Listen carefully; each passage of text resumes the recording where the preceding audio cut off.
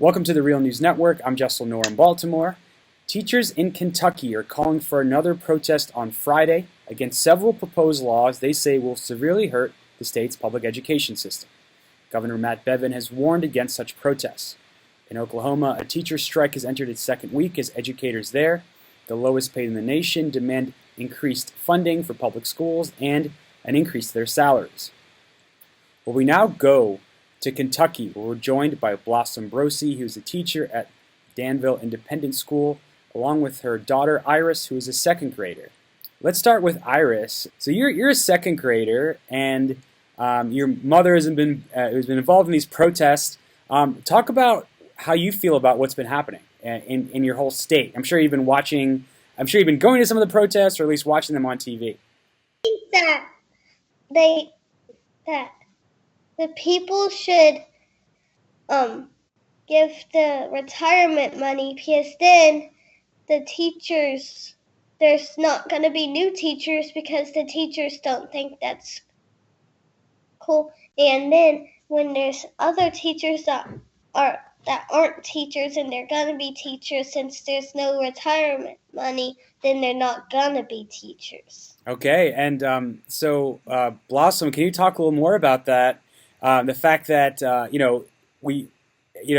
any moment now, the governor, at least on Tuesday, the governor will have to decide whether to sign into law this controversial pension reform bill that will totally change the way that pensions are currently funded, especially for teachers in Kentucky, and that's been one of the major flashpoints there.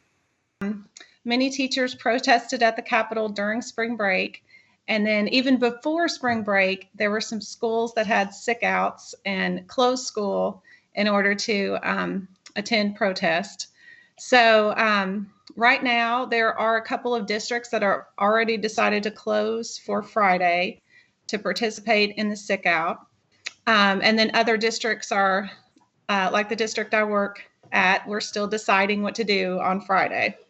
And the reason that we're wanting to go to the Capitol on Friday is because the last 2 days of the assembly are Friday and Saturday.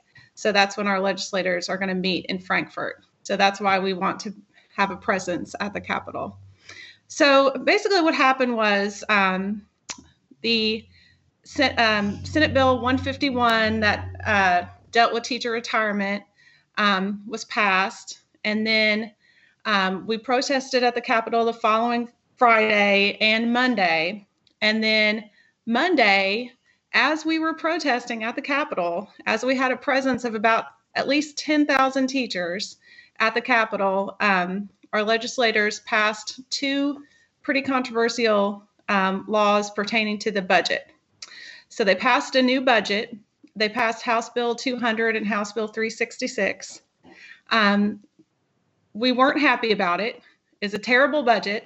What was bad about it was it cut education, although not as much as we anticipated it would cut education. There were bigger cuts to higher education.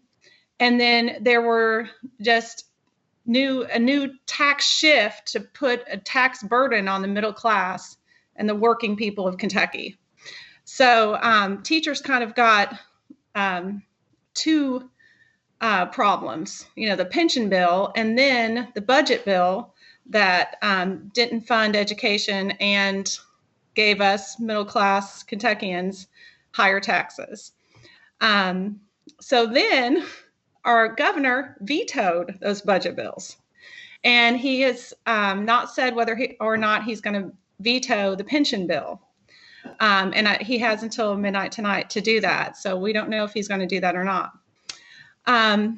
And it's kind of interesting because the Democratic leaders of Kentucky are happy that the governor vetoed these budget bills because they didn't like the budget bills.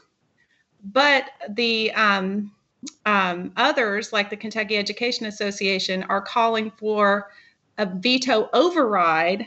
And now they do want the budget bills to pass. And why? Because we think that the governor has even worse plans in store for working Kentuckians. So it's kind of like these terrible budget bills are the devil that we know, which is better than the devil that we don't know, which is what we think the governor is proposing for Friday and Saturday.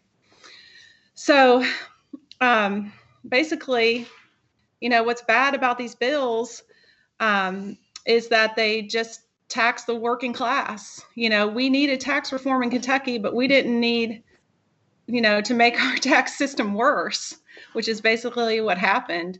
I mean, there's all these increases in income taxes for everyone except for the top 5% of wealthy Kentuckians.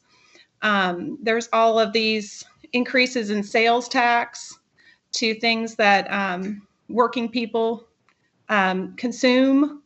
Like, for example, auto repairs are going to have more taxes now, whereas, and working class people have their auto repairs done. But legal work, accounting, horse racing, things that apply to wealthy people are not being taxed. So it's the increase in sales tax as well as the increase in income tax for working class people that made this so bad. Well, the governor came up with this fiscal responsibility statement saying that those tax increases aren't enough, and that's why he vetoed it. He wants working class people to be taxed even more. So he isn't happy with what the GOP leaders did, and he wants working class people taxed even more. He wants education cut even more. So here we are with this terrible bill, but we're wanting it to stay because we're afraid of what he would replace it with. Stuck between a rock and a hard place because it's it's this thing that you don't like, but you don't know what something possibly worse could replace it. I understand that the charter funding for these privatized charter schools did not make it into this tax bill. So that is a victory for public education. But that's what we're afraid of. We're afraid that the new budget that the governor will want the Republican leaders to replace what he vetoed with will include charter school funding. So that's what we're afraid of. And why are we afraid of bad things happening? Because this is what has been happening. I mean, this isn't the way that government is supposed to work. And on top of that, the governor is making statements where he is just insulting teachers. He called the teachers union the problem. He's saying that teachers aren't taxpayers. He's insulting people for protesting at the Capitol, as though that is something bad, and it's the same rhetoric that we're hearing from Betsy DeVos, that we're hearing from Matt Bevin here in Kentucky, which is teachers, shut up and do your job and teach the kids. You have no place in government. And, that's just what's really wrong. I mean, these representatives are supposed to be representing us. We're supposed to be telling them what we want. This is how it's supposed to work, but yet we're being insulted for doing exactly what our responsibility as citizens is.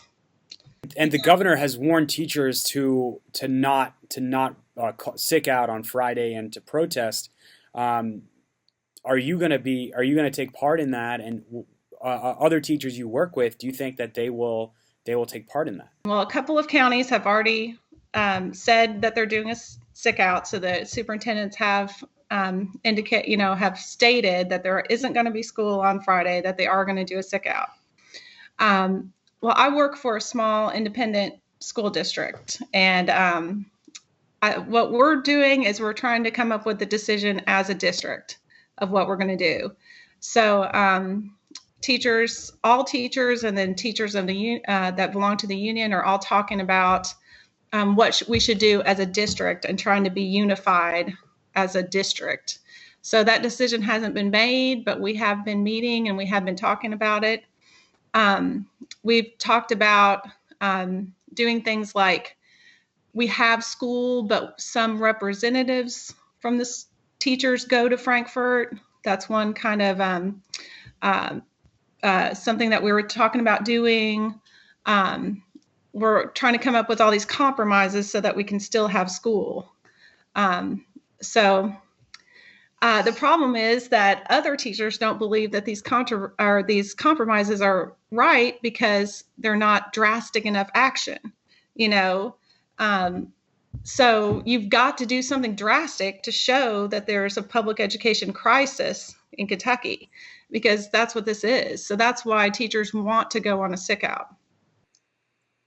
All right. Well, thank you so much for joining us, Blossom Brosi, a teacher at Danville Independent School, and Iris, a second grader, both in Kentucky right now. We know there's a lot of things moving and changing this week, and so we'll definitely follow up, as things pan out, and we'll keep getting updates from you guys. Thank you so much for speaking to us. Thank you. Thank you for joining us at the Real News Network.